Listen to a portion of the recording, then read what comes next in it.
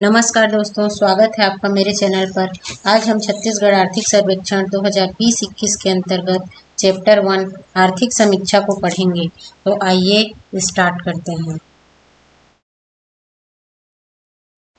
इसमें अपन सबसे पहले विकास दर मतलब जीएसडीपी के बारे में देखेंगे। भारतीय अर्थव्यवस्था की विकास दर में वर्ष 2019-20 एवं 2020-21 में क्रमशः 4.2% एवं -7.7% वृद्धि दर्ज की गई है। इसी प्रकार छत्तीसगढ़ की विकास दर में वर्ष 2019-20 एवं 2020-21 में क्रमशः 5.12% एवं -1.77% विकास दर दर्ज की गई है। छत्तीसगढ़ में वर्ष 2012-13 से 2020-21 तक औसत वृद्धि 5.09% दर्ज की गई है। तो आइए नेक्स्ट में देखते हैं जीएसडीपी। जीएसडीपी सकल राज्य घरेलू उत्पाद। दोस्तों, सकल राज्य घरेलू उत्पाद किसी भी राज्य की प्रगति को व्यक्त करता है। तो 2020-21 में जीएसडीपी में स्थिर भाव में भागीदारी देखते हैं। कृषि एवं उसके संबंध क्षेत्रों में सबसे पहले कृषि में 17.64% है। उसके बाद उद्योग में 46.43% अनुमानित है और सेवा में 35.94% की भागीदारी रहने की संभावना है। वर्ष 2011-12 में जहां सकल घरेलू उत्पाद स्थिर भाव में कृषि क्षेत्र की हिस्सेदारी 18.10% थी, वहीं निरंतर धीमी गति से घटते हुए वर्ष 2020-21 में 17.64% पर आ गई है।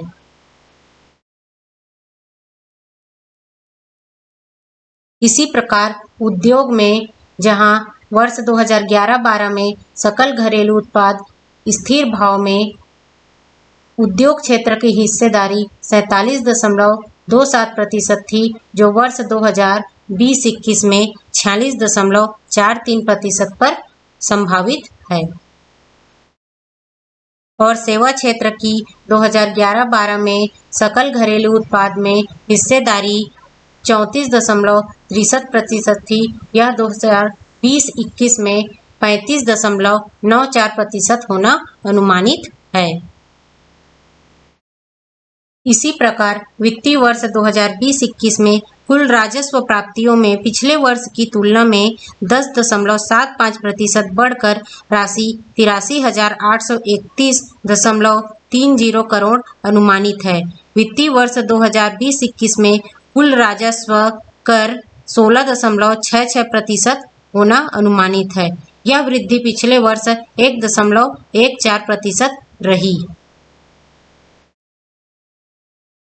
वर्ष 2020-21 में राजस्व प्राप्ति 83,831.30 करोड़ एवं राजस्व व्यय 81,339.95 करोड़ अनुमानित है। इस प्रकार राजस्व आधिक्य 2,431.35 करोड़ दर्शाता है। तो आइए अब कुल कर राजस्व को देख लेते हैं। कुल कर राजस्व में वित्तीय वर्ष 2020-21 में 16.66% वृद्धि अनुमानित है। यह वृद्धि पिछले वर्ष 1.14% रही। कुल कर राजस्व प्राप्तियों में योगदान 63.17% अनुमानित है। गैर कर राजस्व में छत्तीसगढ़ को 30,873 करोड़ रुपए प्राप्त हुए हैं, जिसमें से केंद्र से 21,658 करोड़ रुपए की प्राप्ति हुई है। आइए दोस्तों, अब छत्तीसगढ़ का एक सामान्य परिचय देख लेते हैं। जनगणना 2011 के अनुसार छत्तीसगढ़ की जनसंख्या 2.55 करोड़ है और यह देश में 16वां बड़ा राज्य है। जनसंख्या के अनुसार भारत की कुल जनसंख्या का 2.11% छत्तीसगढ़ में निवास करता है।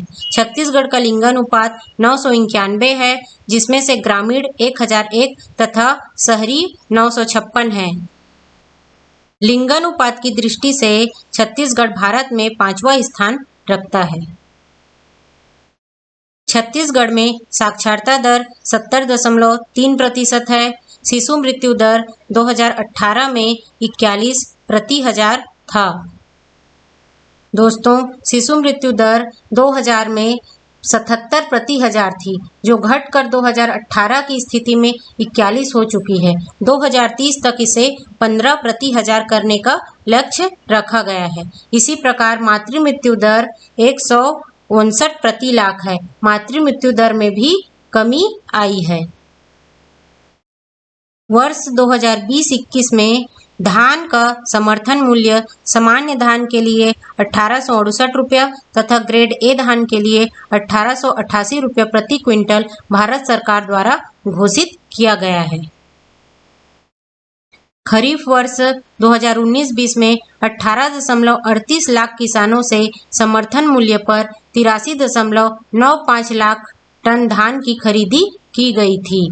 किसानों को 15,285.9 करोड़ रुपए धान का समर्थन मूल्य एवं राज्य शासन द्वारा जारी प्रोत्साहन राशि का भुगतान किया गया है। छत्तीसगढ़ में पीडीएस दुकानों की संख्या शहरी क्षेत्र में 1302 तथा ग्रामीण क्षेत्र में 10,149 है। मार्च 2020 की स्थिति में कोयले का उत्पादन 1,57,409 टन, लौह अयस्क का उत्पादन 34,820 टन, चूना पत्थर का 42,415 टन, बॉक्साइट का 1492 टन तथा टीन का 14,986 किलोग्राम उत्पादन हुआ है। दोस्तों, पिछले वर्ष 2019-20 में मुख्य खनिज से 4,524.05 करोड़ आय हुई है तथा गौण खनिज से 194.79 करोड़ रुपए की आय हुई है। छत्तीसगढ़ में औद्योगिक नीति 2019 से 24 तक लागू है। आइए दोस्तों, अब छत्तीसगढ़ में विद्युत को देख लेते हैं। छत्तीसगढ़ में 2019-20 में कुल स्थापित क्षमता 3,224.7 मेगावाट है। इसमें 3,080 मेगावाट ताप विद्युत, 138.7 मेगावाट जल विद्युत तथा 6 मेगावाट अन्य उत्पादन से स्थापित क्षमता है। वर्ष 2019-20 में वितरण हानि 16.91% रहा।